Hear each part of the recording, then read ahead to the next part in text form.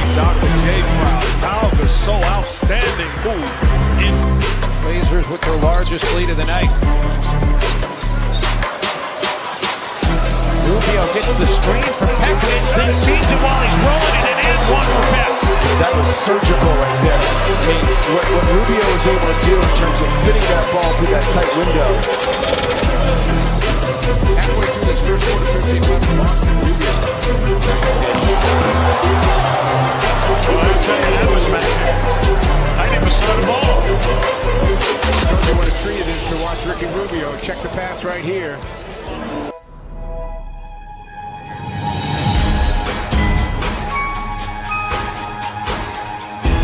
En primer lugar, daros las gracias por la invitación. Yo os voy a hablar de una visión neuroquirúrgica de lo que es el tratamiento de las malformaciones arteriovenosas cerebrales.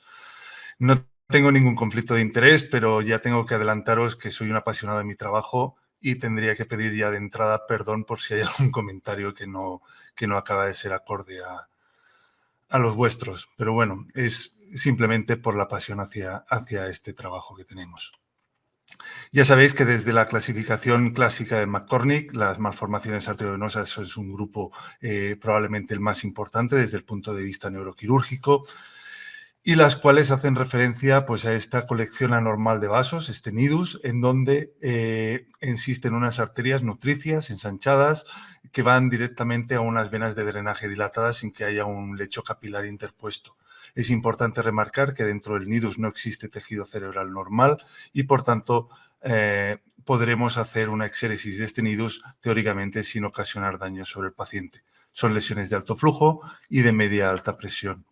Signos radiológicos que ya conocéis, en el TAC lesiones isodensas, hiperdensas, con calcificaciones en muchos casos. En función de la clínica de la presentación pueden haber hemorragias, edemas, efecto de masa, y cuando administramos contraste, pues este intenso realce serpentiforme. En los estudios vasculares, pues ya este cortocircuito arteria-vena, con vasos arteriales muy ensanchados, con estas venas también dilatadas, y en muchas ocasiones existen aneurismas que pueden ser clasificados en función de la localización y de la arteria que esté relacionada. Son lesiones relativamente poco frecuentes, las cuales tendrían que tratarse en centros con experiencia. Fijaros la relación que hay entre la malformación y el aneurisma, aproximadamente de 1 a 5. Y además, a diferencia de los aneurismas cerebrales, se diagnostican en pacientes mucho más jóvenes. La forma de presentación más habitual es la forma hemorrágica. Es importante conocer el riesgo de ruptura, que es un riesgo anual. El pico máximo de esta ruptura es alrededor de los 15-20 años, con una mortalidad elevada y también una morbilidad que no es nada despreciable. La segunda causa de diagnóstico más frecuente es la crisis y también un riesgo anual aproximadamente del 2-4%. Otros signos, otras causas, otra sintomatología, el efecto de masa, la cefalea, incluso signos deficitarios por isquemia, como por ejemplo en este caso esta gran malformación arteriovenosa en la que creaba un efecto de robo muy importante. Y lo que cada vez está siendo más frecuente es el diagnóstico incidental, en los cuales es sumamente importante pues, conocer este riesgo real de hemorragia. Hay fórmulas, esta es una clásica con Ciolca, son fórmulas relativamente, esta es difícil de poder aplicar, pero que tienen en cuenta sobre todo el riesgo anual de ruptura, que está entre este 2-4%, y la edad, la expectativa de edad de vida que le queda al paciente. Así pues, si tuviéramos un paciente con unos 55 años, que esperábamos unos 25 años de expectativa de vida, pues tendríamos ya un 53% aproximadamente de probabilidades de que a lo largo de la vida le sangre. Brown, para simplificarlo, pues hace esta fórmula que es bastante adecuada. Si le restamos la edad del paciente a 105, es decir, un paciente de 15 años, pues probablemente tendría un 90% de sangrado, de riesgo de sangrado a lo largo de la vida. Esto es importante, puesto que el diagnóstico de las malformaciones incidentales cada vez son más grandes. Además, es importante también saber que una malformación rota, sobre todo durante el primer año, hay series que incluso hablan casi del 20% de riesgo de resangrado durante ese año, aumenta, siendo a partir del año un riesgo bastante parecido al previo, ese 2-4%. Opciones de tratamiento, ya sabéis que hay la cirugía, el tratamiento endovascular, la radiocirugía o bien la propia observación o combinaciones de ellas. Hay que tener muy en cuenta las características propias del paciente. Evidentemente, ya hemos dicho, la edad es un factor importante, el estado médico del paciente, no es lo mismo un paciente con múltiples patologías que no un paciente completamente sano. Si hay aneurismas asociados, en la forma de debut, no es lo mismo una incidental que en un paciente que debuta con una hemorragia o bien con una crisis, y sobre todo, evidentemente, el riesgo que nosotros podemos ofrecer en el tratamiento de esa malformación, escalas quirúrgicas o otras que ya os mostraremos. Evidentemente, aquí cuando hablamos del tratamiento, sobre todo estas incidentales, hay que hacer referencia al estudio Aruba. Por tiempo no podemos detallarlo, pero ya de entrada yo os diría que es un trabajo que ha hecho más daño que beneficios y que realmente es un trabajo que se debería tirar directamente a la basura. Es un trabajo que no aporta nada, es un trabajo mal diseñado, con unas pérdidas de pacientes muy importantes, con una historia natural relativamente corta o muy corta cuando estamos hablando de malformaciones, que el riesgo es el de sangrado, con tratamientos que no son para nada uniformes, con embolizaciones solas, con cosas, a mi juicio, no demasiado lógicas, tratamientos con radiocirugía de malformaciones pequeñas en un porcentaje muy, muy alto de pacientes en donde la opción quirúrgica hubiera podido ser la más adecuada. Bien, sobre la microcirugía, a mí me gusta mucho esta frase de Lawton en la que hace referencia de la dificultad que tienen realmente estas lesiones. Son lesiones de elevadísima complejidad dentro de la patología vascular. Es el nivel probablemente de los más altos que hay, sobre todo en lesiones como en las que os enseño en la figura. Y son unos monstruos, como describe Lawton, que también hay que aprender a luchar y a combatirlos. Desde el punto de vista neuroquirúrgico, de forma esquemática, podríamos decir que lo que hay que hacer es identificar, abrir esa aracnoides para poder identificar esas arterias que nutren la malformación, diferenciarlas de aquellas de paso, aquellas arterias que están cerca de la malformación, pero que pueden contribuir en parte, pero no en todo, y que están irrigando un tejido vascular en el cual hay que salvar. Y una vez identificadas estas arterias principales, ir rodeando y disecando el nido malformativo hasta finalmente dejar solamente la vena de drenaje que se acaba seccionando. Evidentemente esto puede parecer muy fácil, pero realmente no es tan así. Fijaros este caso de este paciente que debuta, es un paciente agudo con una hemorragia cerebral, un paciente que entra en coma y en el cual nos planteamos ya la resección de la malformación arteriovenosa. Fijaros esta aracnoides, la cantidad de vasos que hay, que a veces es difícil poder diferenciar si realmente son vasos arteriales o son vasos venosos. Hay que ir haciendo una disección que suele ser lenta, pero que poco a poco te permite ir diferenciando esas arterias que realmente nutren la malformación de aquellas que son de paso y que tenemos que salvar, para poco a poco ir disecando el nido malformativo, irle quitando esos aportes arteriales de la malformación que van nutriendo esa malformación, para finalmente dejar la vena de drenaje en la cual, aquí la podéis ver, que una vez completada la exéresis y la disección de ese nido malformativo, podemos clipar tranquilamente y seccionar sin que nos dé ningún tipo de problemas. Este sería el control de este paciente, angiográfico y una recuperación buena. Muchos ejemplos de malformaciones, no hay dos malformaciones exactamente iguales. Las malformaciones corticales probablemente son las que son más fácil de identificar y poder resecar ese nido malformativo. Pero realmente no hay dos malformaciones exactamente iguales y es muy importante conocer y haber estudiado muy bien la anatomía previamente al tratamiento quirúrgico de las malformaciones. Desde el punto de vista de pronóstico, desde el punto de vista quirúrgico, pues aparece la primera escala, publicada por Sperler y Martin en el año 86, en la cual se hace, a partir de unas características de la propia malformación, el riesgo quirúrgico que podría o que puede tener la malformación, dividiéndolas en malformaciones de tamaño pequeño, medio y largo, en función de que si están en áreas elocuentes y que si el drenaje venoso es superficial o también tiene un drenaje venoso profundo. De modo que a mayor grado en esta clasificación, mayor es la probabilidad de aparición de déficits menores y mayores, de forma que ya nos permite hacer una clasificación de aquellas malformaciones en las cuales desde el punto de vista quirúrgico tendrían un bajo riesgo de aquellas malformaciones que tendrían un alto riesgo. Evidentemente, esta malformación no es perfecta, como esta clasificación no es perfecta, como cualquier clasificación tiene sus peros, y probablemente Lawton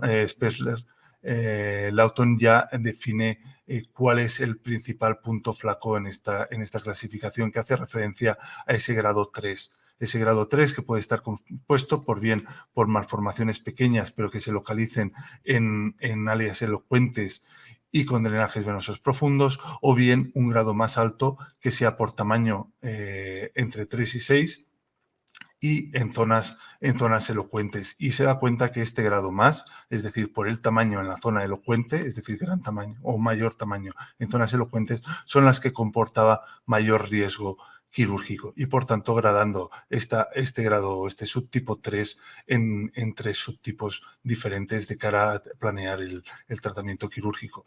Evidentemente, como os he dicho al inicio, el nido malformativo está exento de tejido cerebral funcionante y nosotros podemos planificar y resecar malformaciones incluso en áreas locuentes.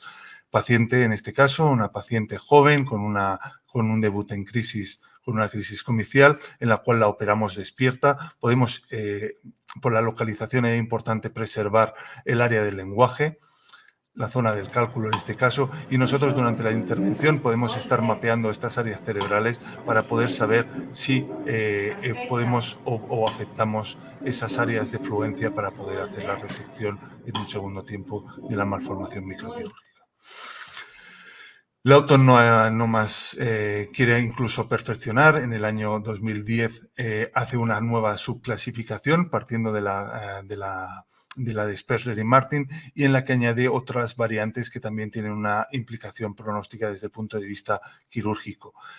Implicaciones desde el punto de vista en la edad, que también interviene, el hecho de que la malformación haya debutado ya con ruptura o no, que se trata de una malformación difusa, y hace otras propuestas pero que no tienen significación a la hora estadística.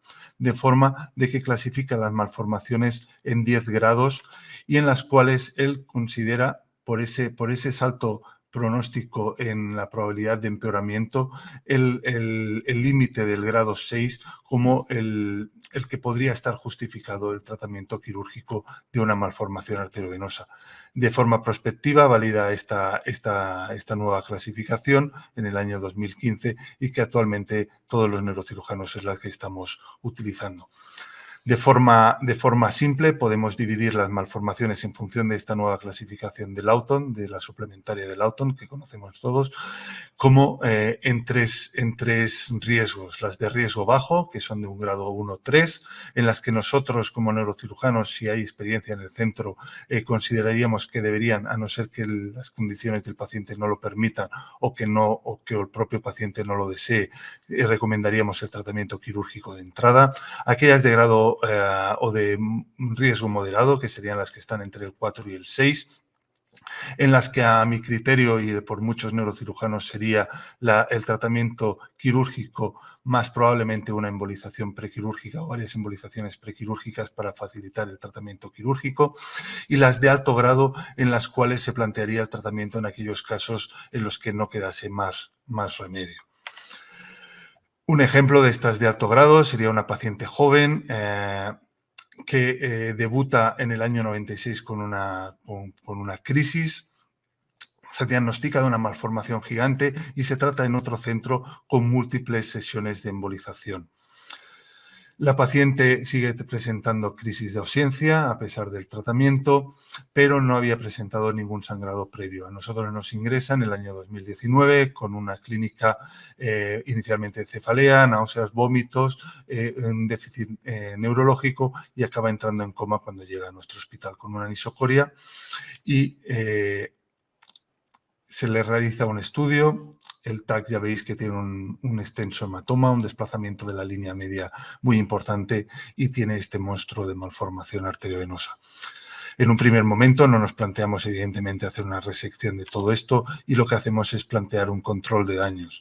una cranectomía descompresiva con una evacuación parcial o lo más amplia posible de ese hematoma para plantear si la paciente se recupera de este daño cerebral, plantearnos un tratamiento ya definitivo de la malformación arteriovenosa. Una vez recuperada la paciente, podemos completar el estudio. Vemos que tiene aferencias, sobre todo de la media, de la cerebral posterior, tiene un drenaje venoso profundo y superficial, unidos que supera a los 6 centímetros y además posee múltiples aneurismas intranidales. En este caso, nosotros planteamos varias embolizaciones prequirúrgicas, las máximas para poder disminuir el flujo y sobre todo las ramas más profundas, que son las que a nosotros más nos beneficia que estén embolizadas desde el punto de vista microquirúrgico para la resección, y la paciente, pues conseguimos, le quedó un déficit visual importante, pero la paciente es autónoma para la mayoría de las actividades de la vida diaria en el momento actual. Bien, el papel de la embolización se hablará y se discutirá de forma más amplia. Hay muchísimas series. Yo me centro, o podríamos elegir esta revisión sistemática, en la cual se hablan de las principales series que de forma global se podríamos decir que tiene una tasa de curación de casi el 50%, pero realmente cuando analizamos esas series o esos grupos en los cuales tienen la intención de tratar todas las malformaciones arteriovenosas, es decir, que contemplan todas, ya vemos que la tasa de curación de la malformación arteriovenosa disminuye. Curiosamente, en las 3 series con los pacientes más amplios, alrededor del 27%. A mi juicio y a mi criterio, como neurocirujano, yo creo que el papel del tratamiento endovascular en estas malformaciones debería ser el complementario, sobre todo para esas malformaciones de riesgo moderado. Un ejemplo, esta es una paciente joven que debuta con una hemorragia cerebral, tiene una malformación grande, no llega a los 6 centímetros, pero está muy cerca, localizada en el esplenio, en el cíngulo. Fijaros la localización de esta malformación arteriovenosa, su tamaño, drenaje venoso profundo, superficial, con aferencias no solo de la cerebral anterior, sino que también tiene de la media y de la cerebral posterior, unos cortes de la resonancia magnética para que apreciéis el tamaño. Está casi en los 6 centímetros, pero no llega. Un par de selección de series angiográficas, veis la mayor aferencia de esta cerebral anterior, pero también pequeñas aferencias a través del sistema vertebrobasilar. Ver estas aferencias que realmente desde el punto de vista neuroquirúrgico en la resección de la malformación realmente son las que nosotros consideraríamos más importantes a la hora de embolizar. Esta se hizo una embolización prequirúrgica, fue bastante amplia. Fijaros que uno de los objetos fue la embolización a través de esta cerebral anterior que se acabó ocluyendo.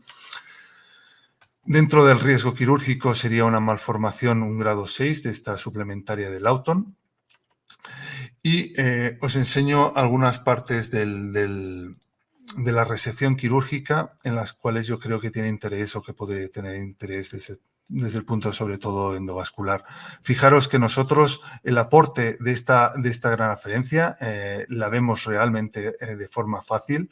A veces embolizar esas aferencias grandes en las cuales o que son superficiales desde el punto de vista del riesgo quirúrgico no nos aporta demasiado, puesto que podemos ocluirlas de forma rápida y que realmente lo que a nosotros nos preocupa y nos interesa realmente son esos aportes de esas pequeñas aferencias, esos vasos displásicos en los cuales coagularlos son realmente difíciles y que en muchas ocasiones tienes que profundizar a nivel de la sustancia blanca, es decir, de tejido funcional y, por tanto, aumentar el riesgo de déficit posoperatorios. Así pues, en estas lesiones tendría que haber una planificación quirúrgica en la cual, combinada con el neuroradiólogo, de cara a planificar realmente lo que puede ser útil de cara a la resección de la malformación. Este es el control postquirúrgico y la paciente actualmente hace una vida absolutamente normal. Así pues, lo que os he dicho, debería planificarse Hay que intentar disminuir la dificultad y, por tanto, el riesgo de la morbilidad quirúrgica. Hay que ir a lo que realmente es difícil para el neurocirujano. Aquellas malformaciones en las que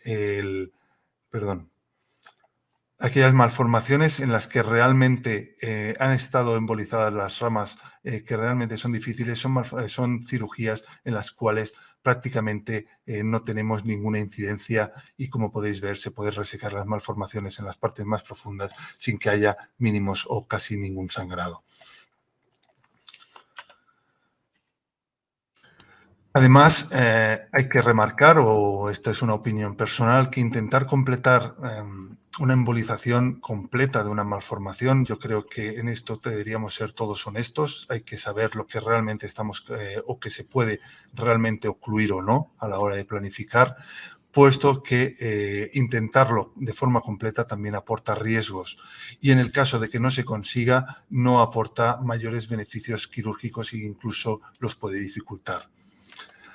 Este es un ejemplo, por ejemplo, una malformación arteriovenosa en la cual se intentó un tratamiento curativo endovascular en otro centro. Ya veis el CAS de la malformación, que es muy amplio, pero que en una de las últimas o en la última sesión presentó un problema, hizo una hemorragia, se tuvo que parar, se tuvo que correr, incluso se tuvo que poner material de coils para parar la hemorragia, y quedó este resto malformativo en el cual la paciente, por una segunda opinión, acabó en Vallebrón.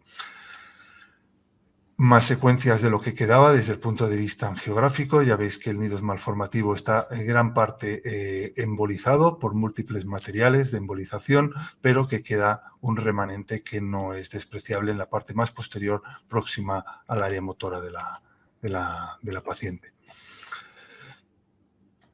Os enseño, es un esbozo del vídeo quirúrgico en la que os marco algunos puntos en los cuales yo creo que es importante en los cuales remarcar. Veis la gran vena, una de las principales venas de drenaje, la exéresis de la malformación, en la cual voy adelantando, voy pasando rápido por tiempo, pero en la cual básicamente lo que volvemos a hacer es lo mismo. Hay que diferenciar las arterias aferentes, la vena de drenaje, tenerla presente y seguirla durante toda la malformación, que es la última que tendremos que ocluir. Y fijaros, a medida que vamos avanzando, la gran cantidad de material de embolización que encontramos durante la resección de la malformación. Todo esto es material de embolización excesivamente duro. Es muy importante, sobre todo en aquellas malformaciones en las cuales se planifique la resección quirúrgica de la malformación, qué materiales se van a utilizar. Los pegamentos realmente nos dificultan de forma seria el tratamiento.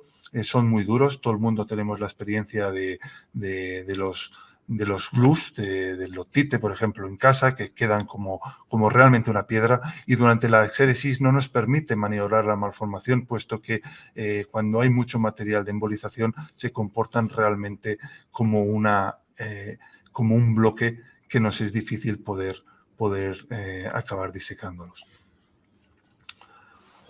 Incluso en este caso tenemos que dividir la malformación en dos, partiendo esta piedra para poder acabar resecando la malformación al final. Encontramos materiales diversos, pegamentos, ónix, e incluso en esta paciente incluso habían coils y puntas de catéteres. Bien, sobre la radiocirugía se hablará, pero aquí daré yo mi opinión.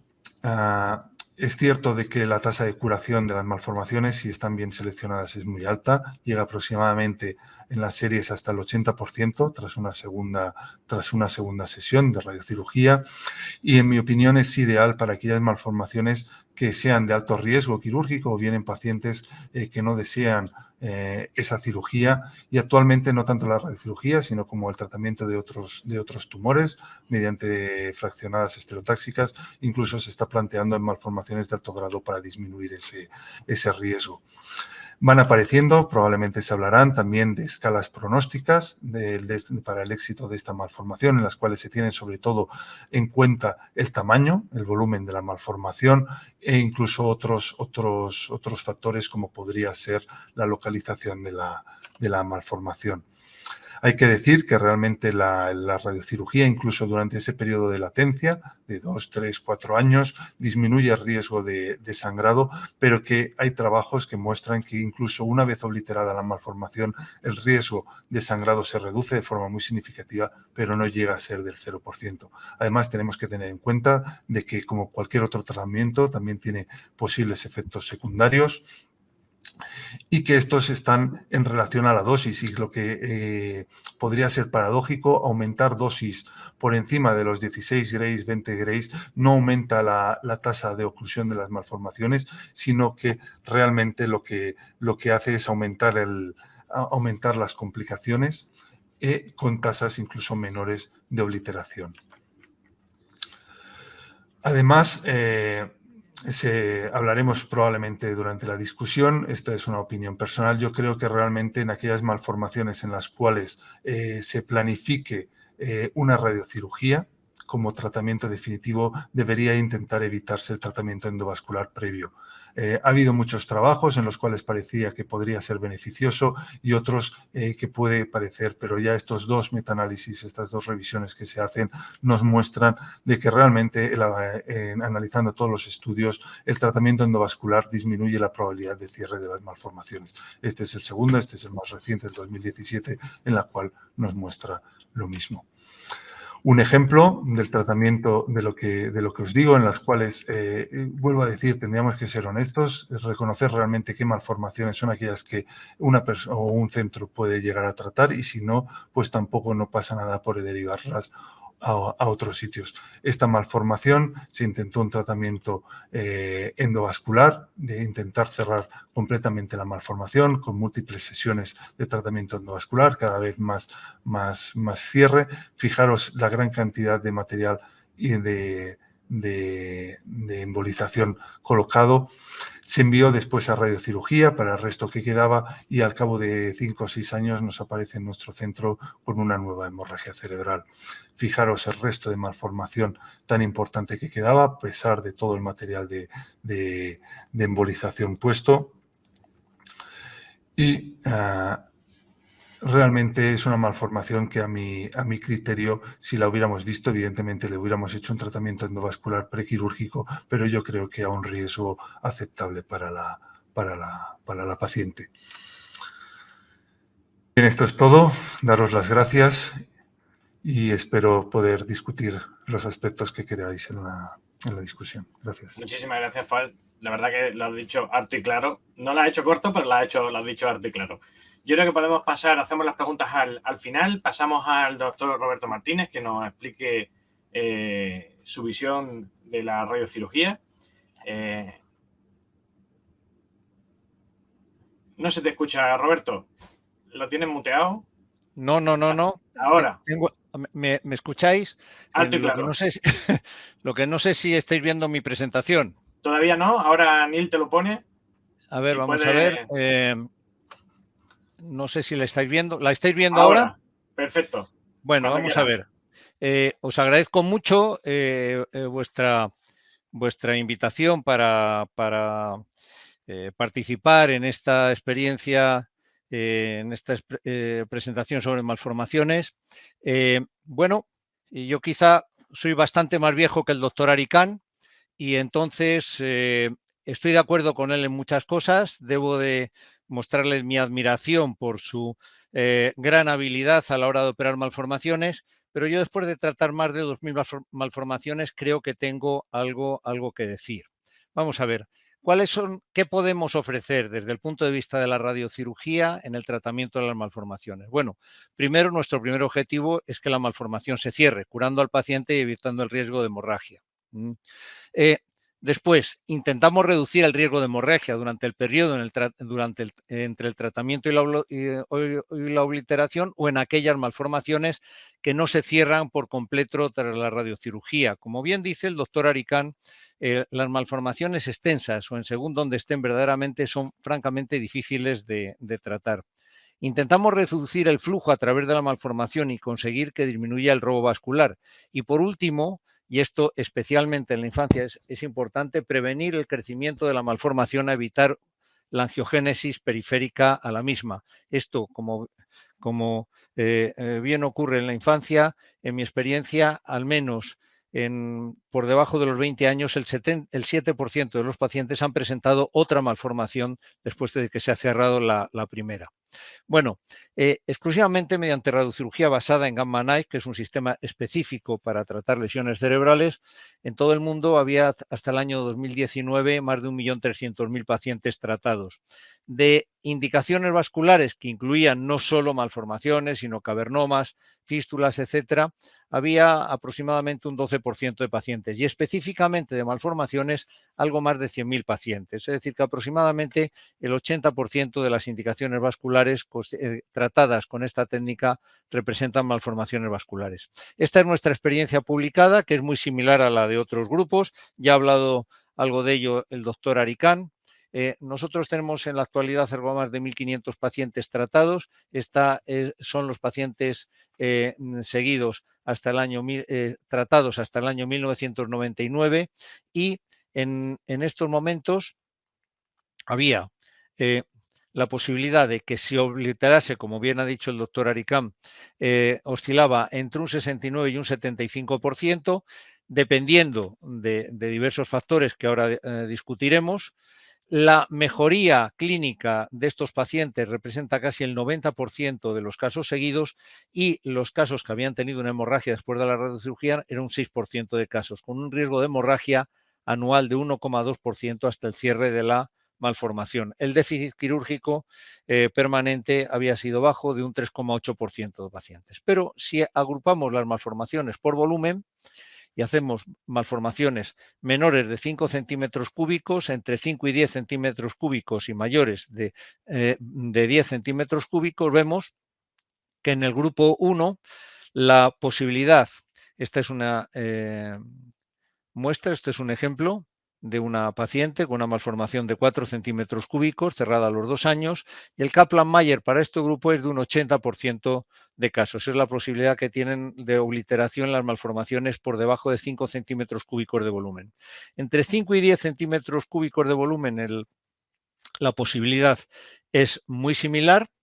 En este grupo, esta es una malformación frontal tratada, cerrada a los 3 años. Hay un 78% de posibilidades de que se cierre la malformación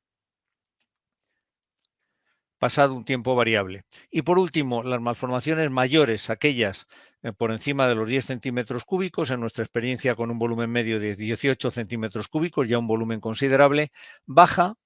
Este es un ejemplo de una malformación de 12 centímetros cúbicos, cerrada, baja hasta un 49% de los pacientes tratados. Bien, recientemente ha salido un trabajo de Hasegawa y colaboradores muy interesante, ya que ellos tienen una experiencia muy similar a la nuestra, pero han sido más valientes. Bien, es verdad que hoy en día tenemos mucho mejores sistemas de planificación, podemos hacer nuestros cálculos con mucha más eficacia y ellos indican que las malformaciones hasta 20 centímetros cúbicos, importantes ya, y aplicando una dosis entre 18 y 20 Grays, se consigue una tasa de obliteración muy similar a las de las malformaciones pequeñas, es decir, una tasa de obliteración similar, con una tasa de hemorragia también similar a la de las malformaciones pequeñas en el tiempo de seguimiento hasta la obliteración y, en cambio, el tratamiento es más seguro que aquellas tratadas con dosis menores de radiación. Es decir, esto es lo que pasa, la tasa de obliteración en lesiones extensas tratadas con menos de 18 Gray y esta es la tasa de obliteración por encima de 18, con lesiones tratadas con esta dosis. Pero, en cambio, el riesgo de hemorragia es mucho menor en las lesiones tratadas con una dosis mayor El riesgo de efectos secundarios, muchas veces seguidos a hemorragia, es mucho menor y el riesgo de edema periférico es similar. Es decir, que hoy en día, con un tratamiento, con una única dosis, con un tratamiento adecuado, podemos tratar lesiones mucho más extensas con garantía de poder ayudar al paciente. Esta es una lesión, por ejemplo, de 24 centímetros cúbicos, previamente embolizada, y nos encontramos a veces con esto. Se ha cerrado la malformación, pero en cambio hay una zona que se ha abierto en periferia, y que se puede tratar con éxito sin problemas pasado un tiempo. Bueno, ¿cuándo se cierran las malformaciones? En nuestra experiencia, el tiempo medio de cierre ha sido de 34 meses, con un rango entre 6 meses y 6 años. Pero tenemos que decir que se considera que una malformación está cerrada cuando en la arteriografía uno ve la malformación cerrada. Nos podemos encontrar, este es un ejemplo de una malformación tratada mediante radiocirugía, y a los 7 años la teníamos así. ¿Qué ocurre? Que a los 2 años y medio en la resonancia magnética ya no se veían vasos en esta malformación, pero no se hizo la arteriografía hasta pasados 7 años. Por lo que en general podemos decir que el tiempo de obliteración de las malformaciones es más corto de lo que se preveía previamente. Vamos a ver qué complicaciones hemos tenido. Me ha llamado la atención que el doctor Aricán presenta unos casos magníficos y le debo felicitar, pero habla muy poco de las complicaciones. Como cirujano seguro que las ha tenido y no es malo que las tenga. Eso no habla mal de una técnica. En una cirugía tan compleja y con unos casos tan terribles no es extraño. Bueno, edema sintomático, que muchas veces en un 7% de casos, esta es nuestra experiencia, la mayor parte de los casos no requieren tratamiento y es un signo de una obliteración precoz en la mayoría de las malformaciones. Crisis epiléptica, es un 6% de casos, pero fíjense, en el 47% de los pacientes que tenían crisis epilépticas antes de la radiocirugía permanecen sin crisis después del tratamiento. Es decir, que es un tratamiento eficaz en un número significativo de pacientes con epilepsia.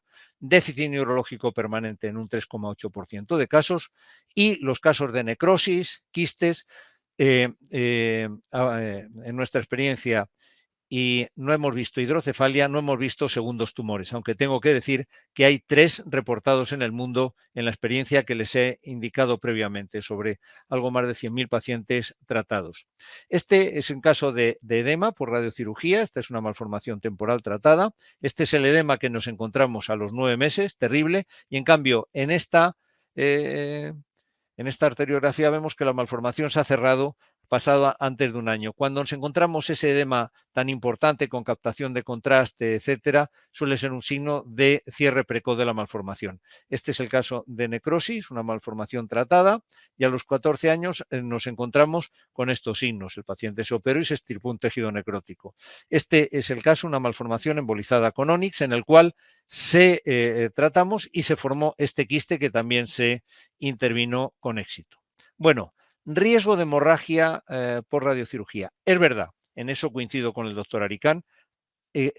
Después de la radiocirugía, durante el periodo que transcurre entre el tratamiento y el cierre de la malformación, existe un riesgo que es menor, es un 26% del esperado si estos pacientes no han sido tratados. Esto ya se había publicado en el New England con unas estadísticas muy similares. Y este es un trabajo en el que ha intervenido nuestro grupo de Ben Carlson, en el cual hemos intentado determinar el riesgo de hemorragia de los pacientes tras diagnosticados casualmente antes de haber tenido una hemorragia. Coincido con el doctor Aricán, nuestra experiencia es del 3,1% de casos, lo que quiere, y el pico se encuentra entre los 20 y los 35 años, lo que quiere decir que en un paciente entre los 45 y los 50 años de vida, más de la mitad de los pacientes diagnosticados casualmente habrán tenido una hemorragia. Insistir en lo que ha mencionado el doctor Aricán sobre el estudio Aruba. Esta es la posibilidad de efectos secundarios a los 5 años en los pacientes con el estudio Aruba, en azul, la posibilidad de efectos de hemorragia y de efectos a 10 años de los pacientes tratados mediante radiocirugía.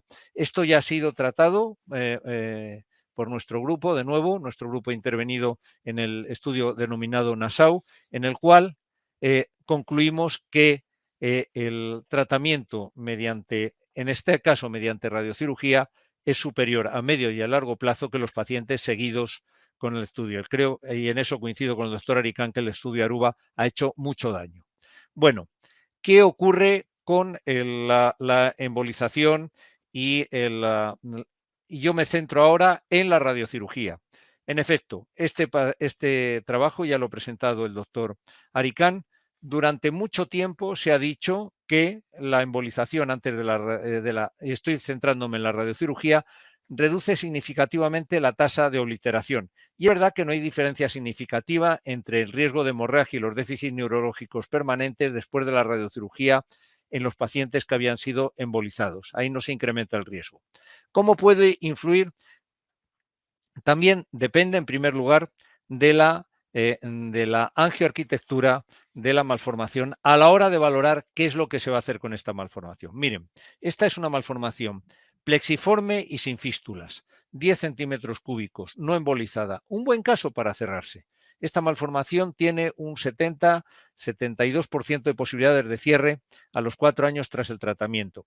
El doctor Aricán ya ha hablado, y yo por premura de tiempo no presento nuestra experiencia en cuanto a los algoritmos predictivos en la radiocirugía. Nosotros utilizamos un algoritmo propio en el cual se considera el volumen, la localización, la dosis, la edad del paciente, la presencia de hemorragia previa y 2 signos angiográficos, que es la dilatación de los vasos y la presencia de fístulas en la malformación. Este es una malformación embolizada, ya pensando que la íbamos a tratar posteriormente, es una malformación plexiforme, en lo que se ha hecho es cerrar los elementos fistulosos y disminuir el flujo. Y este es el control a los 4 años después de la radiocirugía. Es decir, cuando se emboliza una malformación antes de un tratamiento mediante radiocirugía, hay que pensar que lo que se debe intentar es disminuir el riesgo de hemorragia, los factores de riesgo y disminuir el flujo, no disminuir el volumen de esa malformación. ¿Cómo pueden influir los agentes embolígenos sobre la radiocirugía? Se han mencionado de 2 maneras. Uno, son agentes radioopacos que pueden producir artefactos y disminuir y alterar la visualización de la malformación y podrían dispersar en cierta medida la acción de las radiaciones ionizantes sobre la malformación. Ya se demostró, ya este es un trabajo que tiene ya más de 10 años, que la dosimetría de las malformaciones embolizadas o no es prácticamente la misma. El efecto de la dispersión de energía inducida por el material de embolización, sea el que sea, es verdaderamente insignificante. Con respecto a, ya ha hablado algo el doctor Aricán también sobre los materiales de embolización. Yo me voy a centrar en el Onyx y en el glue.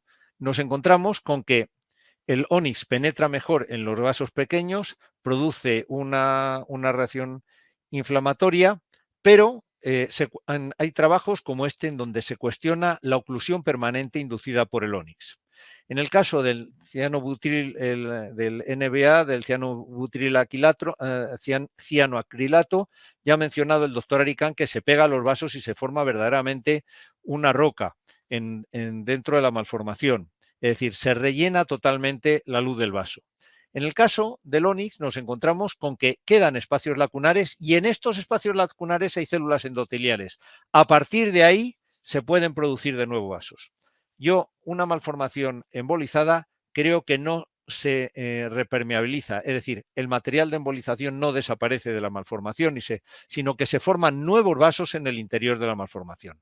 Esto a la hora de tratar una malformación con nuestra tecnología es importante. Esta es una malformación embolizada con Onyx y en la resonancia magnética, la angioresonancia realizada con una técnica especial de infusión y con unas secuencias especiales, podemos ver que muchas zonas que se consideraban embolizadas estaban aún abiertas, tenían tejido permeable. Esto nos permite el realizar una planificación adecuada sobre todas estas zonas en donde hubiese un tejido permeable. Este es un ejemplo de una malformación extensa, embolizada con ónix, y este es el resultado tras realizar una planificación adecuada. Fíjense cómo queda la resonancia magnética después de una obliteración adecuada de la malformación.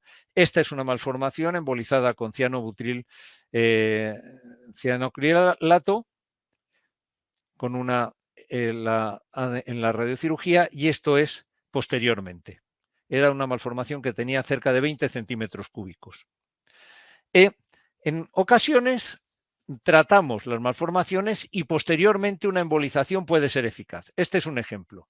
Esta es una malformación temporal derecha. Nosotros tratamos el nido, los vasos que había alrededor del nido, y quedó una fístula que posteriormente se embolizó y permitió el cierre completo del tejido de la malformación.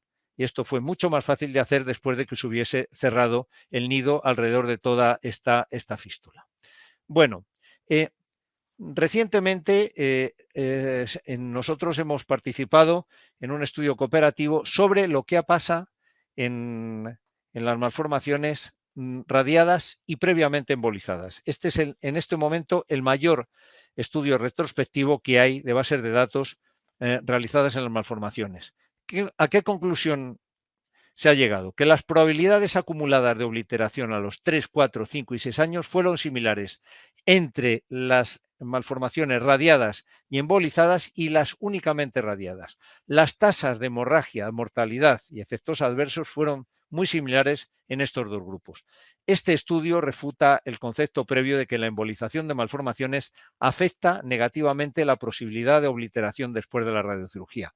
Verdaderamente, y esto es interesante de mencionar, la embolización realizada por un operador o por otro es muy distinta. Entonces, no se puede generalizar acerca de los resultados de la embolización, de la radiocirugía después de una embolización. Depende mucho del operador. Nosotros hemos tratado con 10 grupos de neuroradiólogos intervencionistas diferentes. El volumen de las malformaciones tratadas era muy similar entre ellos y se encontraron unas tasas de oclusión que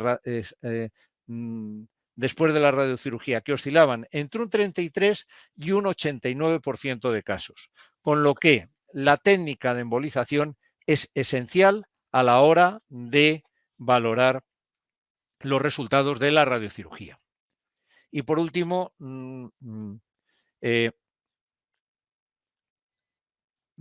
bueno, hacer mención a otro aspecto que decía el doctor Arigán, y ya no me quiero extender más. Es decir, ¿aparecen otra vez las malformaciones después de la radiocirugía? Doctor Arigán, hay malformaciones que se operan y vuelven a aparecer en otra localización.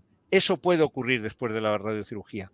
La presencia de venas anómalas tras la radiocirugía, lo mismo que ocurre en la cirugía, porque en la cirugía nos vamos a encontrar también árboles venosos anómalos después de una malformación, aunque se haya extirpado totalmente, no indica que se vayan a producir de nuevo en nuevas malformaciones. Este es un trabajo ya antiguo del año 2007, pero verdaderamente sigue siendo muy actual en cuanto a que todos hemos llegado a la conclusión. La persistencia de venas anómalas que persistan tras la obliteración del nido no indican que exista un riesgo de hemorragia significativo. Eso no quiere decir que no se produzcan nuevas malformaciones y que esas nuevas malformaciones puedan tratar. Por lo tanto, algo último, algo a lo que de nuevo por premura de tiempo no me refiero más. Hay algo muy interesante. Miren ustedes, para las malformaciones extensas cada vez más tenemos que valorar otros factores que influyen en la génesis de la malformación y en su desarrollo, que son los factores genéticos. Este es un trabajo muy interesante sobre un modelo de anastomosis de la arteria carótida común a la vena yugular externa para producir malformaciones en ratas que posteriormente se han radiado. ¿Qué nos hemos encontrado? que las vías de señalización endoteliales NOTCH1 y NOS4 en los vasos del nido, que inducen la oclusión trombótica de los vasos, se inhiben mediante la radiocirugía. Es decir, hay obviamente un efecto genético y hoy en día hay toda una serie de elementos angiogénicos que son antiangiogénicos que son enormemente interesantes para el tratamiento de esas malformaciones muy extensas que son completamente inmanejables desde cualquier punto de vista hoy en día. Por último, mis conclusiones. Creo que no existe una estrategia de tratamiento única que pueda adaptarse a las características de una malformación. Hay que valorar muchos factores y, cómo no, la situación en que se encuentra el paciente. El régimen de tratamiento, si la malformación debe ser operada o radiada o sometida a un tratamiento endovascular o una combinación, debe de considerarse caso por caso. En territorios de alto riesgo, y no me refiero a la corteza cerebral, me refiero al tálamo o al tronco, una radiocirugía es enormemente efectiva y puede ser la primera opción en estos pacientes. Una embolización en aquellas fístulas, en aquellas malformaciones fistulosas o con aneurismas intranidales puede ser beneficiosa. Y ahí, en eso coincido con el doctor Aricán, no hay dos malformaciones que sean iguales. Entonces es muy difícil realizar un estudio prospectivo aleatorio de diferentes protocolos de tratamiento. Por último, la mejor estrategia de los tratamientos implica desde luego contar con quienes sepan de las malformaciones y contar desde luego con la habilidad de quien pueda tratar mejor estas malformaciones. Tengo que decir que mediante radiocirugía no podemos mejorar un riesgo temprano de hemorragia. Y debo decir ahora que la embolización no influye negativamente en el cierre de las malformaciones tras las radiocirugías, siempre que se haga de una forma adecuada. Y no olvidar la embolización tardía tras la radiocirugía porque puede ser enormemente efectiva. Y vuelvo a tener en cuenta los objetivos del tratamiento: reducir el riesgo de sangriado, mantener la mejor situación neurológica en estos pacientes y todo lo que procuramos hacer, intentar la obliteración de las malformaciones. Bueno, a mí me gustaría que nos pusiésemos de acuerdo. Como bien dice el doctor Aricán, su gran habilidad y desde luego la dificultad de los tratamientos que él hace le llevan a ser muy, muy expansivo. Yo ya soy mayor y soy menos expansivo, pero creo que en algún momento tendríamos que ponernos de acuerdo para atender de la mejor manera posible a estos pacientes. Muchas gracias. Bueno, muchísimas gracias, Roberto. La verdad que ya se está poniendo la cosa calentita, ¿no? Ya aparecen los Oscars. Yo creo que podemos dar paso, como has dicho, ¿no? Hay que hacer una embolización como hay que hacerla. Yo creo que podemos dar paso a Pedro para que nos dé las claves de esa embolización de cara a preparar una malformación para la radiocirugía o para la cirugía. Pedro, cuando quieras. Por invitarme a la organización del Combine para hablar aquí y exponer nuestras modestas ideas y análisis sobre el tratamiento endovascular antes de la radiocirugía y de la cirugía. No hace falta que insista. Voy a hablar primero sobre la embolización y radiocirugía y al final mencionaré algo sobre la embolización y la cirugía. De manera esquemática, los factores que determinan el éxito del tratamiento de la radiocirugía pues son la dosis administrada, el tamaño o el volumen de la lesión y la localización, y esos tres factores están imbricados y están relacionados. Y además, la angioarquitectura de la lesión es otro elemento importante, porque dentro de la malformación hay zonas que son radioresistentes, como por ejemplo las fístulas directas macroscópicas. La radiocirugía es capaz, por su mecanismo, de obliterar vasos submilimétricos, pero las comunicaciones arteriovenosas, digamos, macroscópicas, no son, en la radioterapia no es efectiva en la obliteración en general. Por tanto, a veces se pueden necesitar otros mecanismos para atender a esas áreas. Los cuando se habla de embolización pre-radiocirugía, digamos, se hablan de varios tratamientos, desde nuestro punto de vista, tratamientos diferentes. Por un lado, se habla de tratamientos para reducir el volumen del nido y, por tanto, intentar aumentar la tasa de obliteración y reducir las complicaciones de la radiocirugía. Y, por otro lado, reducir el riesgo de sangrado mediante una embolización parcial dirigida que lo que pretende es disminuir o eliminar las zonas proclives al sangrado y al final mejorar el resultado funcional global de la radiocirugía mediante la reducción del riesgo de sangrado en el periodo, digamos, de latencia. Esas son dos estrategias o dos tratamientos completamente diferentes. En el primero se pretende introducir el material embolizante dentro del nido de una manera progresiva y más o menos ordenada, mientras que en el segundo lo que se va es directamente a determinadas zonas, dejando sin tratar el resto del nido.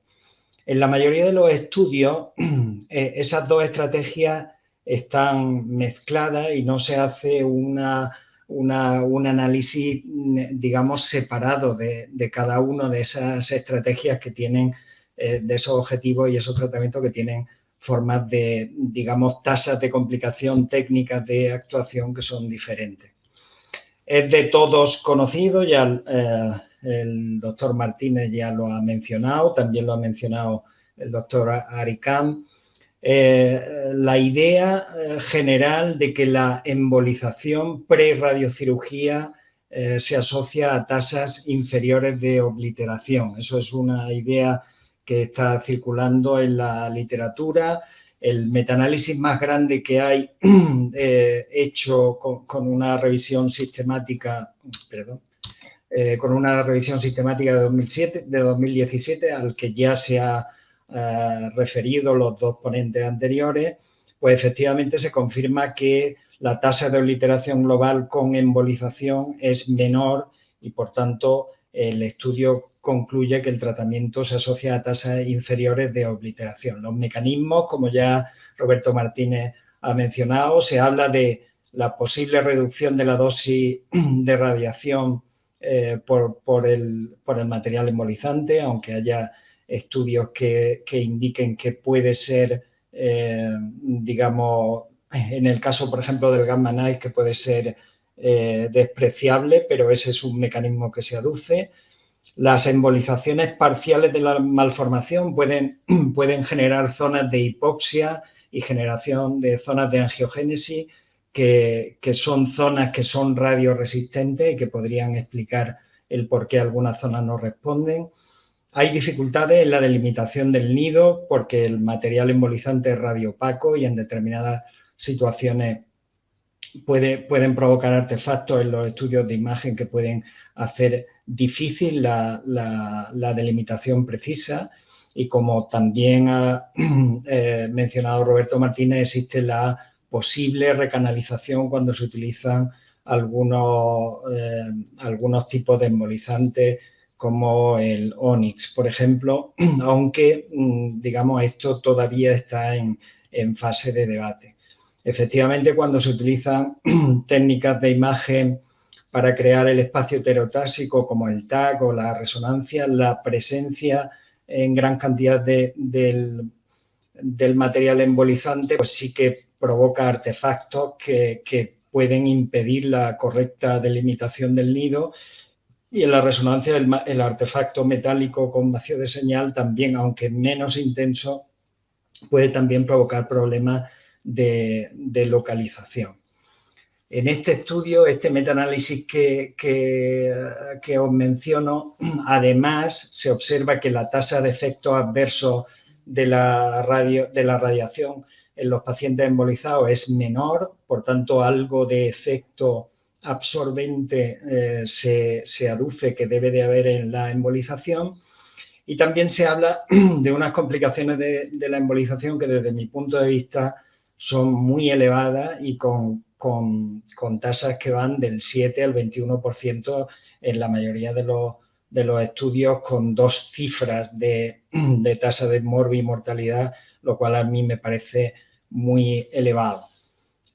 Estos mismos autores ya sugieren que existe un posible sesgo de selección sistemático en su estudio, porque en realidad ellos están comparando el volumen de la malformación después de el volumen que queda a irradiar después de una embolización previa.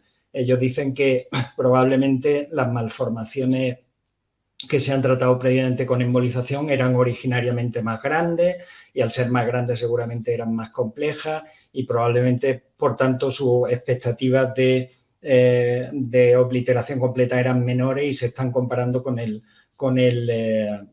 de manera incorrecta.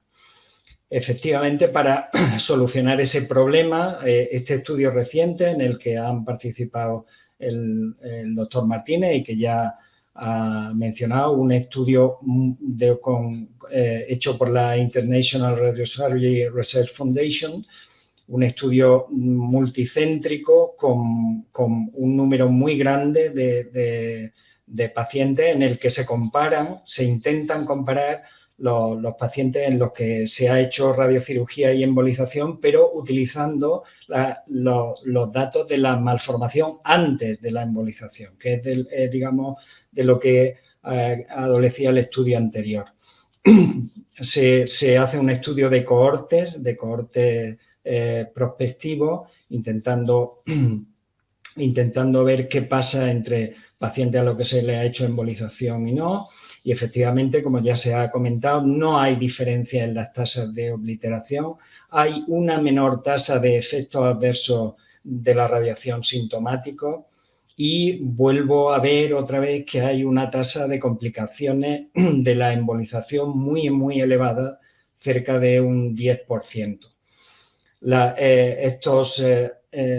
Como ya se ha dicho, se concluye, por tanto, que este estudio refuta la noción prevalente de que la embolización afecta negativamente a la posibilidad de obliteración. Y efectivamente eso es así, pero eso también se puede leer de otra manera, que es que la embolización no mejora la tasa de obliteración de la radiocirugía, no la influye, no mejora, y por tanto no apoya la estrategia de embolización para reducir el volumen del nido, y hay una tasa como ya digo, una tasa de complicaciones relativamente elevada.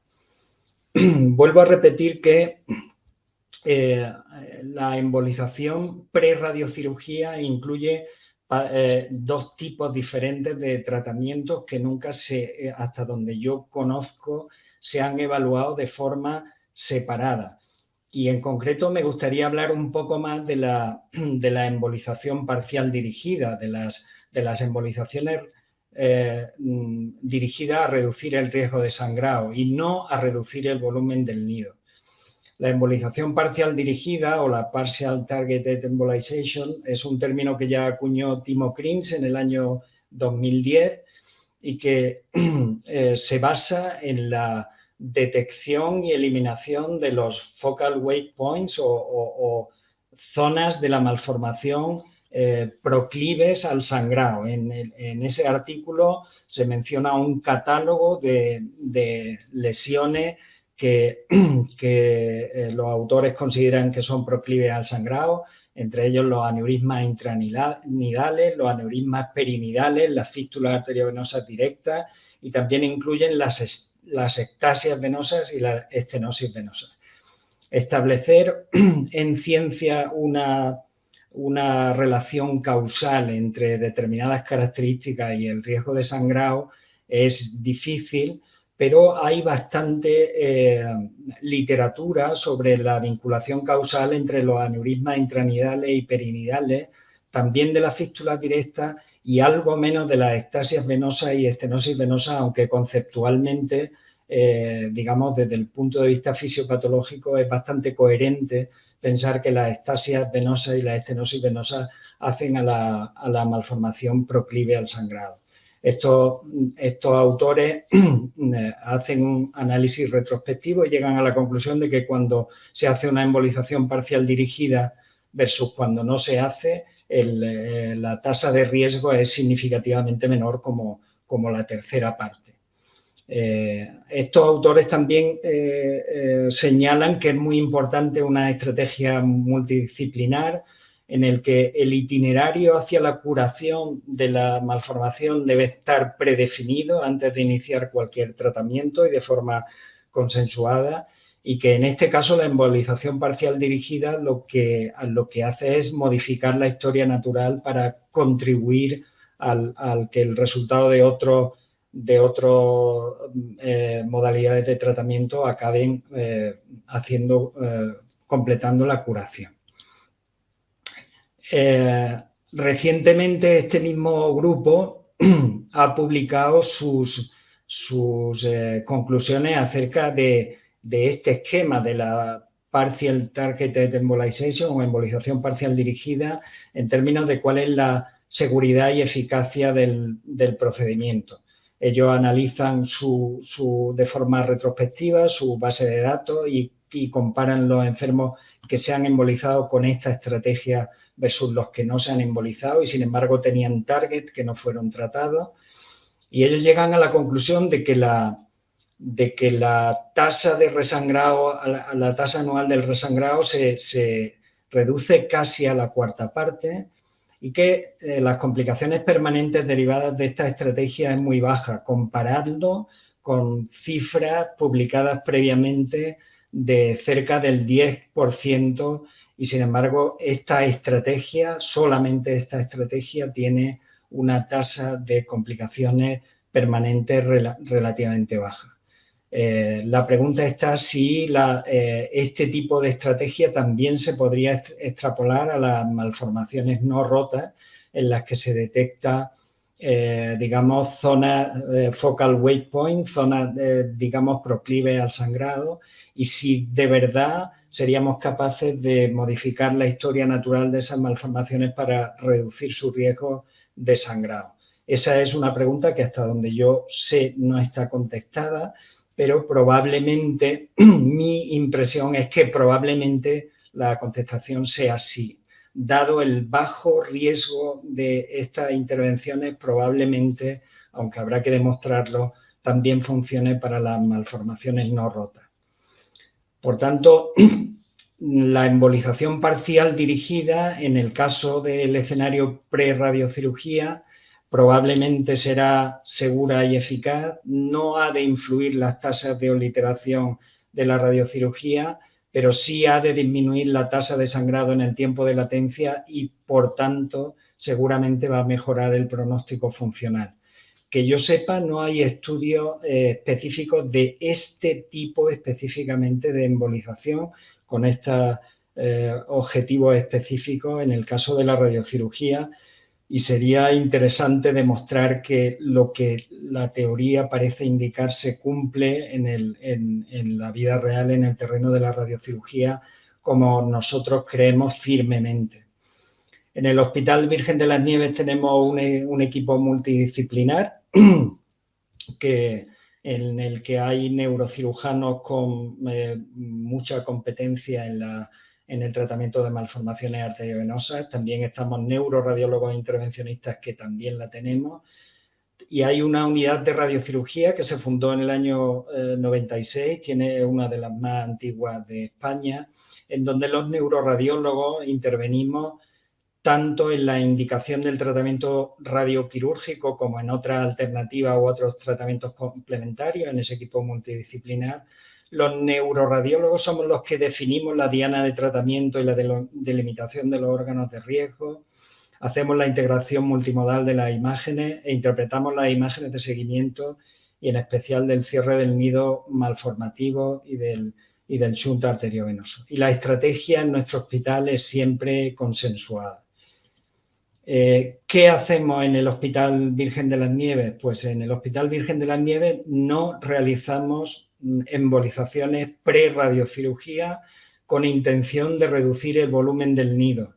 En nuestra opinión, es un tratamiento en el que no modifica, como dice la literatura, la tasa de obliteración, no la perjudica, pero no la modifica y por tanto no beneficia, y solo se añaden posibles potenciales complicaciones y, sin embargo, sí que ofrecemos de rutina embolización parcial dirigida en todos los casos en los que se detectan focal wake points. En el caso de malformaciones arteriovenosas rotas, hacemos un microcateterismo selectivo en todos los casos y si encontramos esos puntos focales débiles, los eliminamos de manera selectiva, dejando sin tocar el resto del nido malformativo. En las malformaciones arteriovenosas no rotas, hacemos microcateterismo selectivo solamente si se detectan imágenes sospechosas de focal wake points en la arteriografía cerebral global. Y nuestra indicación en estos casos se basa en la eliminación de esos focal wake points, es mucho más cauta y mucho más, digamos, revisando cuáles son las posibles consecuencias neurológicas en el caso de que se detecten, aunque solemos tener una actitud, digamos, intervencionista en estos casos también. Esto es, por tanto, lo que quería decir sobre embolización y radiocirugía. O sea, nuestra digamos, actitud es ofrecer sí embolización pre-radiocirugía, pero solamente ese modelo de tratamiento que es el Partial Targeted Embolization o la embolización parcial dirigida, y nuestro objetivo solamente es la de modificar la historia natural de la malformación para reducir el riesgo de sangrado y mejorar los resultados globales funcionales de la radiocirugía. Con respecto a la embolización y la cirugía, solo quería decir algunas palabrillas más, no me voy a entretener mucho. El objetivo de la embolización es mejorar el resultado funcional de la cirugía, reduciendo el tiempo quirúrgico, reduciendo la pérdida de sangre intraoperatoria, facilitando la manipulación de la malformación arteriovenosa y en algunos casos se ha hablado de la posibilidad de intentar reducir el síndrome de hiperperfusión postquirúrgico. La literatura más reciente que he podido encontrar sobre esto es un metaanálisis que está recién salido del horno, en el que digamos, se analiza, digamos, de manera sistemática con revisión de la literatura y haciendo un metaanálisis. Al final se seleccionan 8 estudios con 588 pacientes. Este metaanálisis llega a la conclusión de que la mayoría de los estudios que se hacen sobre embolización previa a cirugía son retrospectivos, de baja calidad, inconsistentes. Las complicaciones de la embolización mantienen un nivel alto en general y de manera consistente en la mayoría de los estudios y, sin embargo, no hay cambios significativos que se puedan detectar en el resultado final o el resultado funcional de la cirugía hecha antes o después de la embolización. Y, por tanto, su conclusión es que hay una insuficiente evidencia para recomendar la embolización preoperatoria. Desde nuestro punto de vista, o mi punto de vista personal, probablemente hay un sesgo de selección también. Normalmente se recurre a la embolización prequirúrgica en función de las malformaciones más complejas, que normalmente son las más grandes y las que plantean con un grado superior y las que plantean más problemas al neurocirujano. Por eso probablemente la comparación con otras malformaciones no embolizadas igual no es completamente justa, ¿no? Y la conclusión y un dato que a mí me parece que es llamativo es que las complicaciones de la embolización publicadas pre-cirugía son relativamente altas y sus beneficios deberían compensar ampliamente las complicaciones que son relativamente altas. desde nuestro punto de vista y tal y como nosotros trabajamos, la embolización precirugía tiene unos objetivos que están establecidos por y con el neurocirujano de forma consensuada. Nosotros analizamos la malformación con el neurocirujano y el neurocirujano nos señala cuáles son los puntos más complejos de su intervención programada y cuáles son las zonas que necesita tener un control. Normalmente ese control se basa en los pedículos profundos, en los que no son directamente accesibles inicialmente, y los pedículos pequeños que provienen de perforantes del territorio profundo. Y en esos casos lo que hacemos es una embolización pedicular sin entrada en el nido. Asimismo, realizamos el control de los focal wake points si aparecen, si hay aneurismas del feeder o fístulas directas. También solemos eliminarlas antes de la cirugía. Y hay unas opciones descritas que son las de vascularización parcial del nido, es decir, la embolización introduciendo material embolizante dentro del nido. En la literatura hay, digamos, opiniones diferentes sobre si eso mejora o empeora la manipulación o la identificación del nido, y para algunos neurocirujanos esto lo mejora, para otros lo empeora. Con respecto al timing, nosotros habitualmente no somos partidarios de la devascularización parcial del nido y la solemos desaconsejar cuando nos piden una embolización preoperatoria. No solemos limitar a la eliminación de los feeder profundos y a la eliminación de los focal wake points, y en este caso la embolización la hacemos inmediatamente antes de la cirugía para evitar que una embolización pedicular, si pasa tiempo, pueda generar una angiogénesis que pueda dificultar la cirugía en lugar de beneficiarla.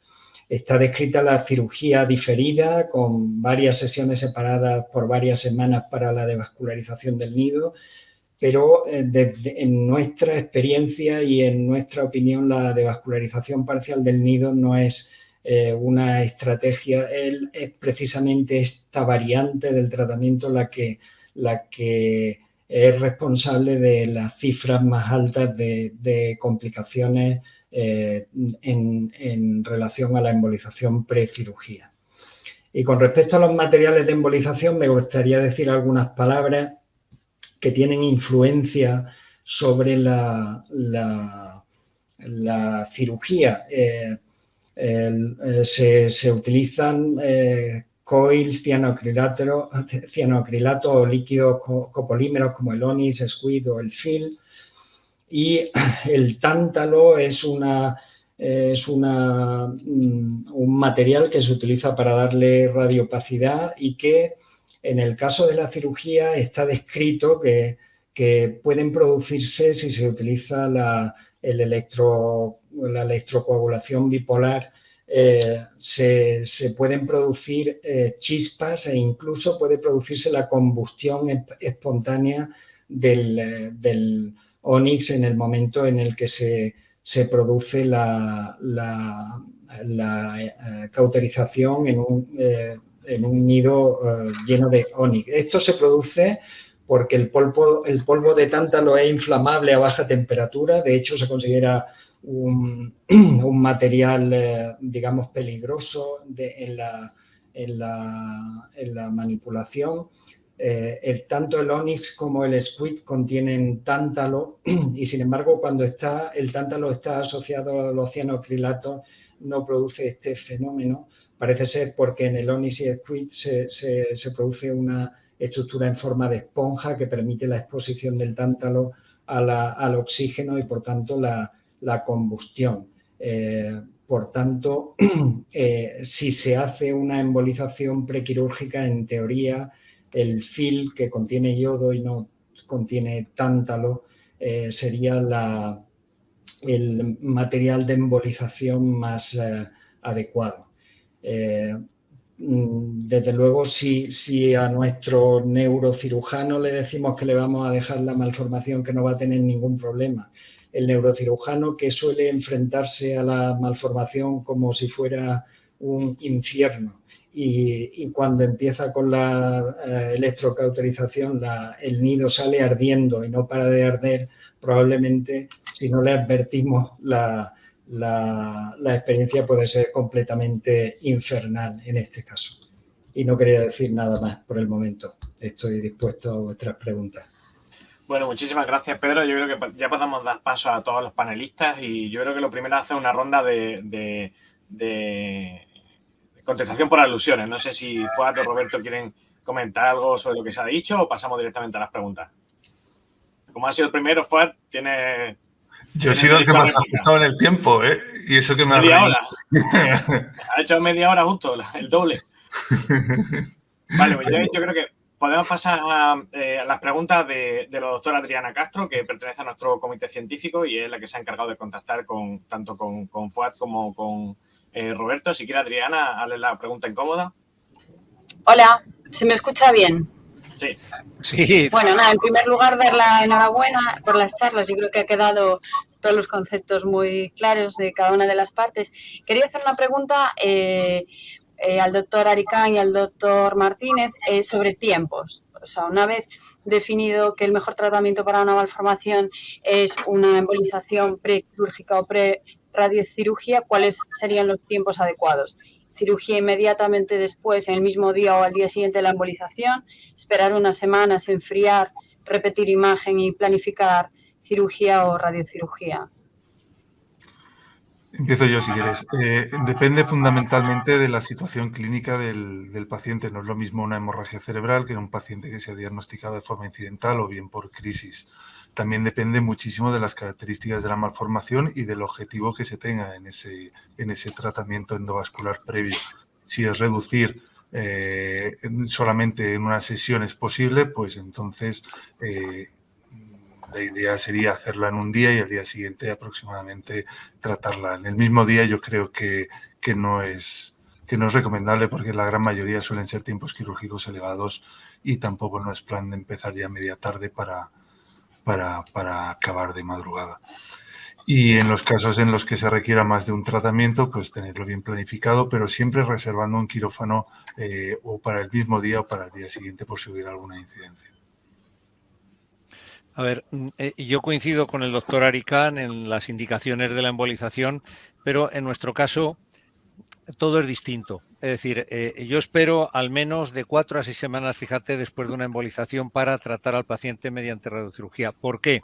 Bueno, porque hay cambios a veces prolongados en estos pacientes, vasos que se obliteran, disminución de la angiogénesis alrededor del nido y porque el enfoque es distinto. Como bien ha dicho el doctor Alcaraz, ellos cuando se va a operar una malformación muchas veces utilizan distintos materiales, van a diferentes vasos, tratan feeder, etcétera, mientras que en nosotros lo que estamos buscando es en muchas ocasiones que se cierren una serie de fístulas, de vasos, disminuir la forma y la angiogénesis de la malformación. Entonces yo creo que el enfoque tiene un enfoque distinto según para lo que se vaya a emplear la malformación. Y después, algo que me ha llamado la atención que el doctor Alcázar no ha mencionado, y es que es verdad, a veces después de una radiocirugía, lo mismo que después de una cirugía, una embolización puede ser eficaz para cerrar restos, para cerrar alguna fístula que exista. En nuestra experiencia ha sido en ocasiones muy eficaz.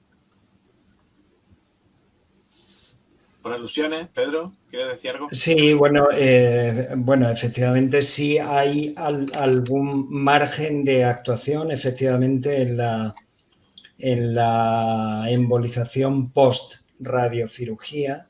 La única cuestión es que el margen, digamos, terapéutico es bastante más estrecho. Cada vez hay más evidencias de que los restos que quedan de la radiocirugía suelen ser de bajo potencial de sangrado y, por tanto, sí que es cierto que en algún caso hemos acabado el trabajo de la radiocirugía mediante tratamiento endovascular, pero raramente.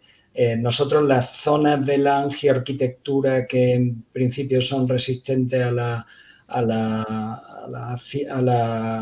radiación y que suelen asociarse con el riesgo de sangrado, solemos tratarlas antes de la radiocirugía y no después.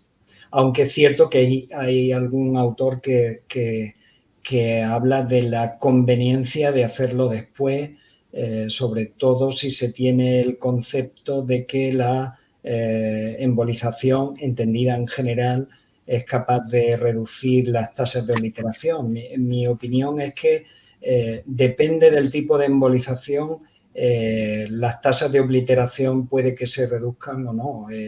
La embolización dirigida creo que no influye en las tasas de obliteración de la radiocirugía. Vale, yo creo que tenemos una preguntilla desde el canal de YouTube, Sergio Amaro, 1851. Gracias por la sesión. Y aparte de las escalas de riesgo quirúrgico, ¿utilizáis alguna escala específica de riesgo hemorrágico al valorar las MAF incidentales?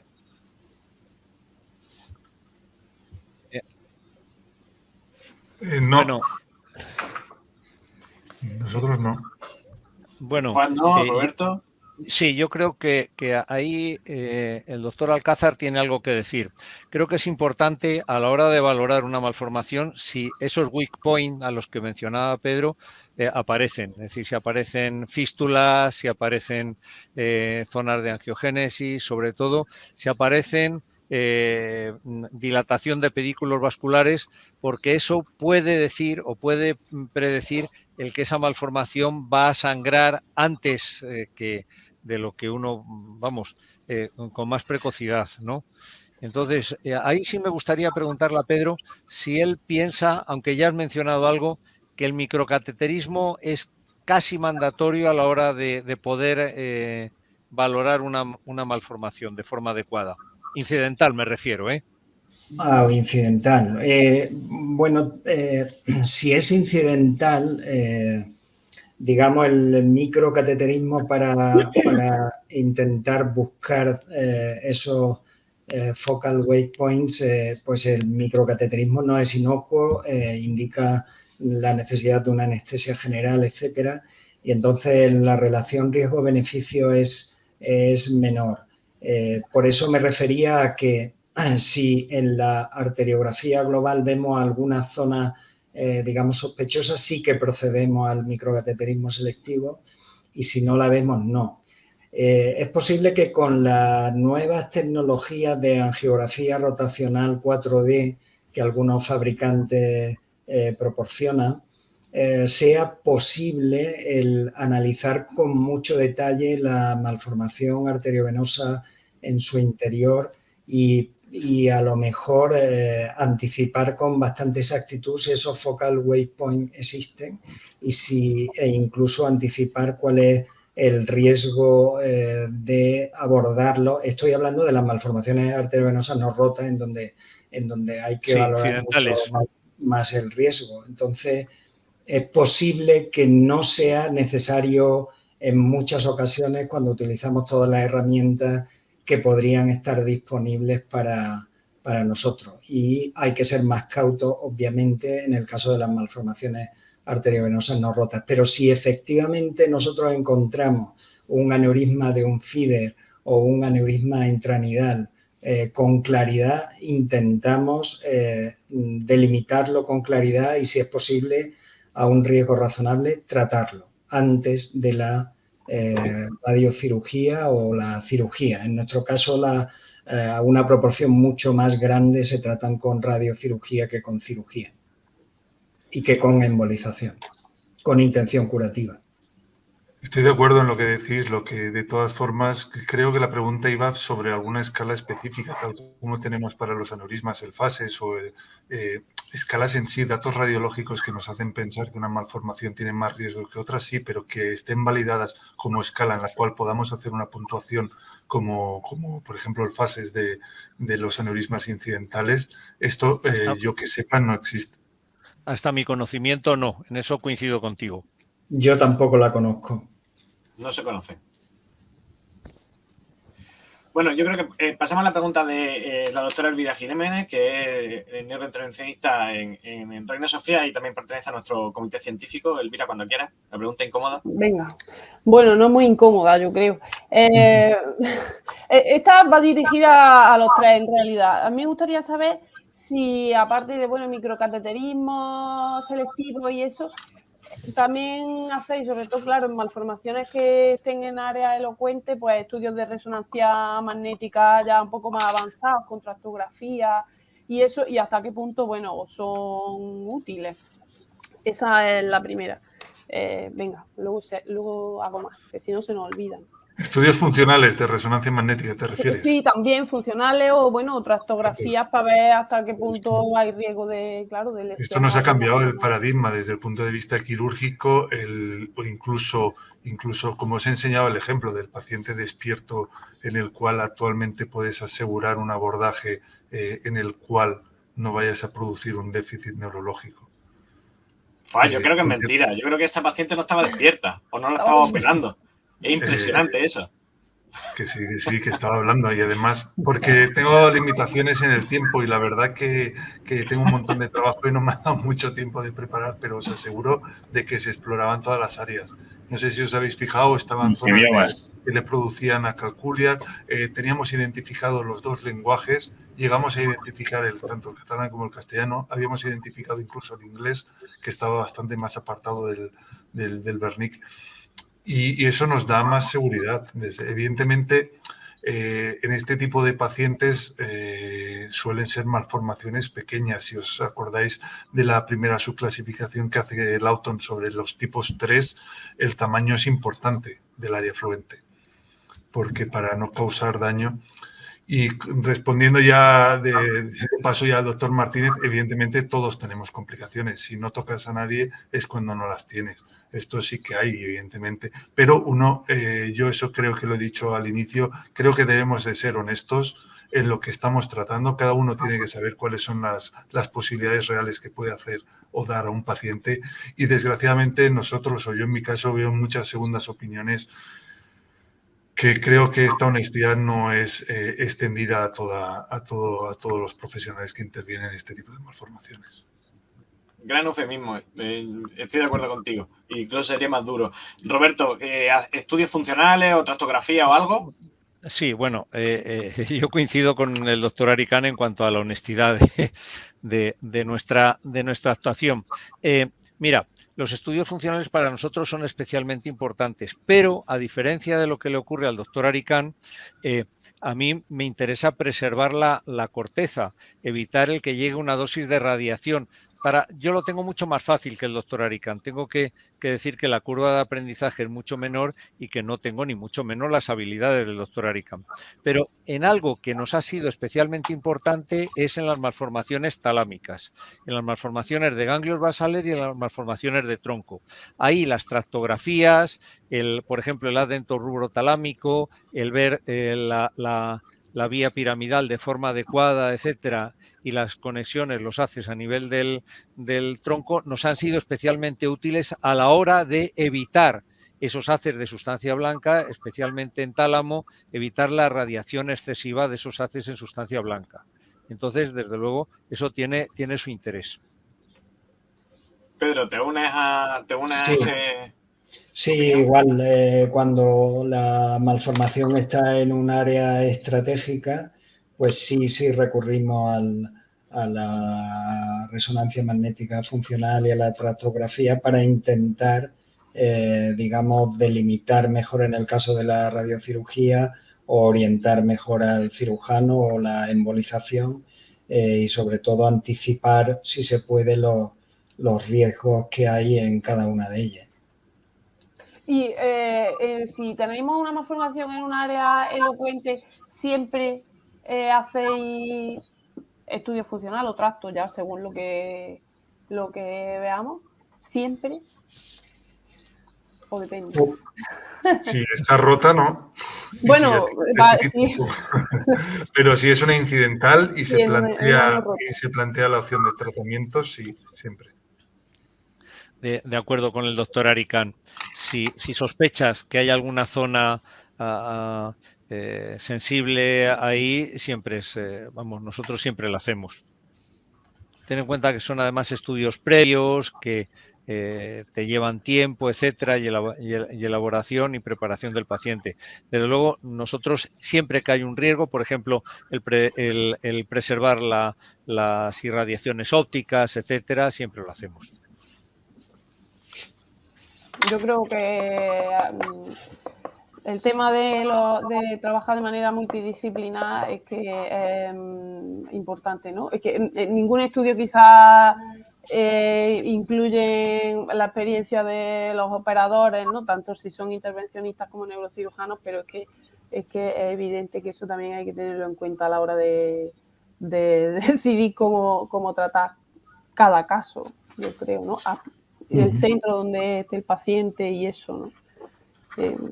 Bueno, yo voy a poner encima de la mesa la pregunta incómoda, porque cagadas tenemos todos. ¿Qué cagada habéis visto desde el punto de vista de más preparadas para cirugía o radiocirugía que tenemos que evitar, ¿no? ¿Qué es lo que tenemos que evitar cuando preparamos una malformación para cirugía, por ejemplo? ¿Cuáles son los problemas que te has encontrado? De malas embolizaciones. Desde el punto de vista de embolización. Sí, ¿qué es lo que te ha dificultado, ¿no? Insisto sobre todo en que, y realmente el grupo multidisciplinario en esto es fundamental. Que yo tenga unos buenos resultados es gracias a que David, Tomaselo, pues trabajamos en equipo. Y además es que hay campo para todos, esto os lo aseguro. Hay tanto, evidentemente, no es lo mismo una malformación que un aneurisma, el campo de la neurocirugía en los aneurismas está claramente disminuido, pero en las malformaciones todavía el papel del neurocirujano es importante. En cuanto al tratamiento, evidentemente aquí nos ayudan realmente, pero es importante que sepan en qué nos pueden ayudar. Os he puesto el ejemplo de esa cerebral anterior. Eso realmente aporta poquísimo. Disminuir el flujo, eso lo disminuyes al cabo de 3 minutos de cirugía, todos esos aportes puedes y le estás aportando un riesgo del tratamiento durante, además, al tener un alto flujo, tiene más probabilidades de que haya una migración. En cambio, esas perforantes es fundamental. También el tipo de material, los pegamentos son horribles. Los pegamentos, tener el monstruo ese de la malformación que venía de fuera, que era toda una piedra, es que se tenía que cortar, no sé, he tenido que pasarlo muy rápido, desgraciadamente, pero es que era una piedra que es que no te deja, una malformación hay que extirparla completamente, no es como un tumor cerebral en el cual puedes ir quitando fragmentitos para poder ir buscando esas aferencias. En cambio, el Onyx es un buen material, a excepción de las chispitas, yo nunca he visto fuego, pero bueno, el Squid también es bueno, el Fil es bueno, los pegamentos en esencia no. Y evidentemente si se utilizan coils pues proximales, etcétera, para que no interfieran, porque también cuando tienes que abrirlos estás sacando el espiral durante rato. Roberto, ¿qué embolizaciones has visto previas a la radiocirugía que han dificultado o imposibilitado tu trabajo? A ver, yo os he puesto el ejemplo de los 10 grupos de neuroradiólogos intervencionistas con los que trabajamos. Entonces, tengo que reconocer que es como todo. La embolización es operador dependiente. Yo coincido con Pedro Alcázar en todo lo que él ha dicho, el tratamiento de los wake point, etcétera. En ocasiones te encuentras, pues bueno, lo que se ha encontrado el amigo Fuad, es decir, casos en los que hay un montón de material de embolización y la malformación sigue ahí. Entonces, todos nos encontramos con casos de esos. Es más dramático en el caso del doctor Aricán que en mi caso, porque yo os he puesto algún ejemplo de malformaciones con muchísimo material en el cual tú haces tus cálculos, etcétera, para evitar, y yo nunca voy a hacer daño en ese material tratado, ¿no? Pero todos nos hemos encontrado, bueno, pues con casos mejor tratados o mejor embolizados. Normalmente, cuando tú trabajas de forma coordinada con los neuroradiólogos intervencionistas, consigues siempre mejores resultados. Estoy seguro que en el campo de la neurocirugía, que como en el campo de la radiocirugía. Y sí me gustaría sacar a colación y dejaros la idea de que hay un futuro y un futuro enorme para todo el tema. Y me gustaría que el doctor Aricán hablase algo sobre la influencia de los factores genéticos en las malformaciones. Es decir, yo estoy seguro que en el futuro las grandes malformaciones se van a tratar de una forma combinada. Las operará porque el doctor Aricán es joven y muy hábil en el futuro, pero las hará más accesibles a una operación, consiguiendo una reducción de esas malformaciones. Se están tratando ya, fijaros, malformaciones extensas con Avastin y después mediante radiocirugía. Y eso se va a poder hacer también en el campo quirúrgico. Entonces, los factores genéticos, los bloqueantes de factores vasculares, etcétera, van a ser algo que en las próximas décadas van a tener, en mi opinión, una influencia muy importante. No sé qué es lo que vosotros pensáis. Sí, realmente sí, pero sobre todo en los niños. Todo el mundo, y ya vemos series de incluso hasta 2, 3 veces pacientes con estudios angiográficos absolutamente normales en la infancia que vuelven a presentar otra malformación, incluso en localizaciones completamente diferentes a donde estaba la previa, es decir, que no es un resto. En el adulto, la verdad es que es menos frecuente. De hecho, la última vez que yo revisé, creo que la última persona publicada con estudio angiográfico era 21 años, tratada con extirpación completa de una malformación que hace una recidiva. 21 años cuando fue la intervención quirúrgica. Es el trabajo, el último, que cuando lo revisé que localicé. Pero sí, realmente va a cambiar, como en la oncología, como en todo, básicamente. Y ojalá se pueda hacer esos tratamientos más dirigidos y directamente sobre los factores de crecimiento vascular, ¿no? Pedro, dinos, a ver si nos dice un poquito... la principal cagada. Sí, la principal cagada. Bueno, yo creo que la principal cagada del tratamiento endovascular es tomar las decisiones de manera independiente, sin consensuar la estrategia con los otros actores con los que hay que interrelacionarse inevitablemente, especialmente en el caso de las malformaciones arteriovenosas, que son tratamientos complejos, normalmente con varios actores, en donde el itinerario del tratamiento hay que diseñarlo muy bien para elegir cuál es el más, digamos, efectivo y con el menor riesgo de complicaciones. El tomar decisiones de manera autónoma, eso normalmente suele llevar a equivocación.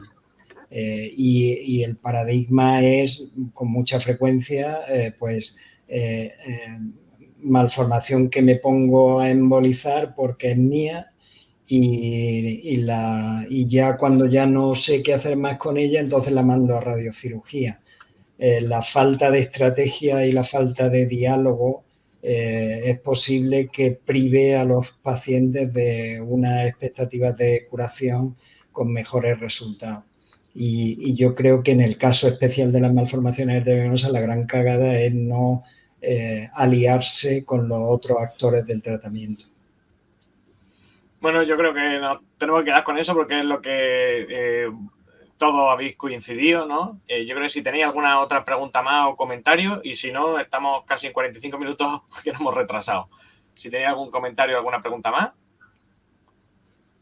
Pues listo, pues equipo multidisciplinar, que cada uno baile de repente con unos más guapos y otros más feos y que a los pacientes salgan bien en general. Muchísimas gracias a todos. Gracias. Y nos vemos el mes que viene con más temas.